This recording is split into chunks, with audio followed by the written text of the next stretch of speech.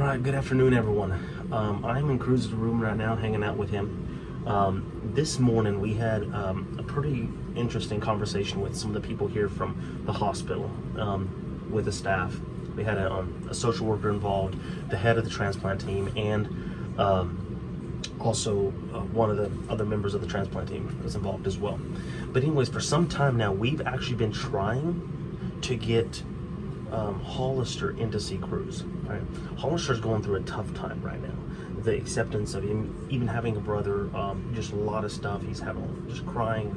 He's hurt that this can't happen, and he's just like it's been difficult for him. And we've been explaining you can't go. You know, there's coronavirus regulations that aren't allowing us to do it. So the COVID rules have completely outed him from ever coming visiting Cruz. So it's been 4 months, a few weeks now that Cruz has been alive, and the entire time he has been in the hospital, never left the unit, and part of that time he was in ICU status as well.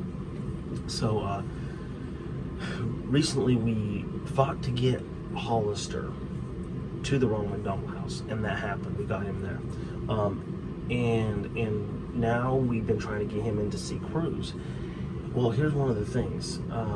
They will not allow him in there because if he comes in, he could contaminate other people around him. But here's something else too, is they have this rule that if they give one family leeway, they will have to let everyone else do it as well. So that's why they're not letting him. It's not so much of the fact that just one isolated situation would contact COVID. It's the fact that they've set this rule and it has to apply to everyone. They have to do it because otherwise we would have the floodgates open here and there'd be kids coming in and out all the time and spreading COVID. So, all right, here's the interesting part, is they're not going to let us do one isolated situation unless one stipulation, if Cruz is about to die, and then that's when they will do it.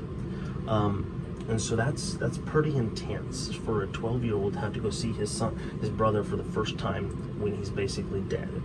Okay, so that caused a lot of mental issues. He's already having a lot of emotional issues just from the fact that you can't see him now.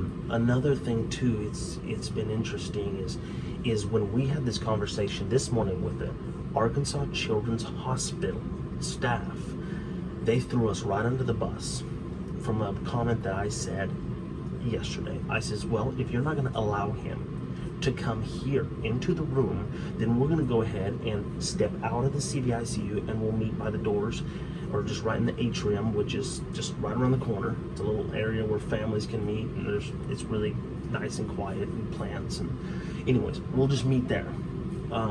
And we'll have him, hold him, talk to him for a little bit, maybe 5 or 6 minutes, take some pictures, and then come back, okay? Because prior to this, we had been putting Cruz in a stroller, hooking up all his monitors, and walking around. So they had no problem with us doing that. Well, all of a sudden, the conversation switched from being us just wanting Cruz to come in, Hollister to interact with Cruz for just a few minutes, to all of a sudden them threatening us to pull him off the transplant list, not give him a heart, and let him die, because we would have the audacity enough to bring a team of nurses and go against their rules and step out of the CVICU. And then they said, you're horrible parents, you're willing to kill your son, and we will take him off the transplant list. We'll involve the cops and the law, and we'll split up the family if that needs to happen. So she went all out on us. I mean, she told us that she would split up the family if we would do this. They are worried that we'll never ever work with him again, saying that if we actually do give him a heart, that they would be worried that we wouldn't follow their rules down the road. Hey lady, we're just trying to get one son to see another son. 2 brothers meet, that's all we're trying to do. We're not trying to go against any of your medical reasoning. Well, so when I said that, then what they did, they switched the whole entire narrative, and they said, okay, he is so bad that there's no way that you can go out of the CBICU no matter what, and he's so bad that Hollister can't come and see him. So now this has turned from a rule thing to him being so bad. So now, obviously, I'm not a horrible parent, so now I'm not gonna, now I've got to go through the, BS of, is this medical or is this coronavirus rule? What is it? Because we're willing to vaccinate Hollister. We're willing to get him COVID tested, which I already did. I'm willing to get him glove, mask, gown on, whatever we need for him to see Cruz for a little bit. So, and yes, I might have leveraged them when I said, hey, look, it might have been not good on my part for saying, look, I'm going to take him out of the CBICU if you don't do this. Probably was not the Christian thing to say, but I kind of had it, and then she just went straight for the throat and said, we'll take him off the transplant list, and if you just get a heart and you guys don't follow rules and regulations, which there's no possible way we wouldn't, because his health is involved, they would call the cops, split up the family, call CPS. She was willing to go all out, all because we're not willing to follow the rule that Hollister can't come in and see him for literally 5 minutes, so it's really, really tough right now, emotionally, spiritually, and just knowing how to deal with this all, because Hollister wants to see him. I want Hollister to see him, and we are up against an immense force here. It's not about the fact that Hollister can't see him anymore. It's the fact that I'm pushing hard. I'm trying to get this changed. And they're not willing to do it. They're not willing to do it. Even come halfway, using a team of nurses to go out into the hallway and meet him, that way Hollister wouldn't have to come into the room, into the CBICU unit. He could just stay out there. We could meet all together, have a team, have people on standby, whatever we need to do to make a family come together. And it's crazy that they wouldn't be able to come meet us halfway somehow. We want this to happen, and it's just like they could care less.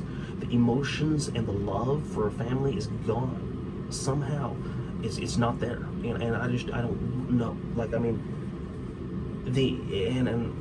It's just, we need a God movement right now to make this happen, and I don't know. I pray that God's giving me the right word, the right words, the right energy, and the right spirit, because I'm starting to get upset, and that doesn't help either, because when I get upset, I talk really fast and I say things I shouldn't say. So just pray that I can do that, and also please share this story to everyone, because the Taves family, we're not only fighting for us, but we're going to be fighting for so many other families in ICU situations. Now, please don't do something stupid if it's going to hurt your family or your children. Just please don't, because that's not what we want.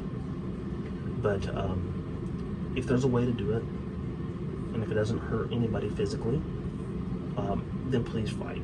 But also get the story out, because, and I still need to find out more information on the fact if this is now, they've kind of switched to the table on us, if this is a health-related situation, why they won't let Hollister see Cruz, or if this is because of the pandemic rules. So please pray for us that I can do this. Cruz is coughing back there, so I better go. But I love you all. Please pray for me, especially as I talk to these people. Pray for Nicole. She's very sad right now. Pray for Hollister, and also just pray for the staff and people that we're working with here, that we can get something resolved, because there's a lot of families hurting for this situation.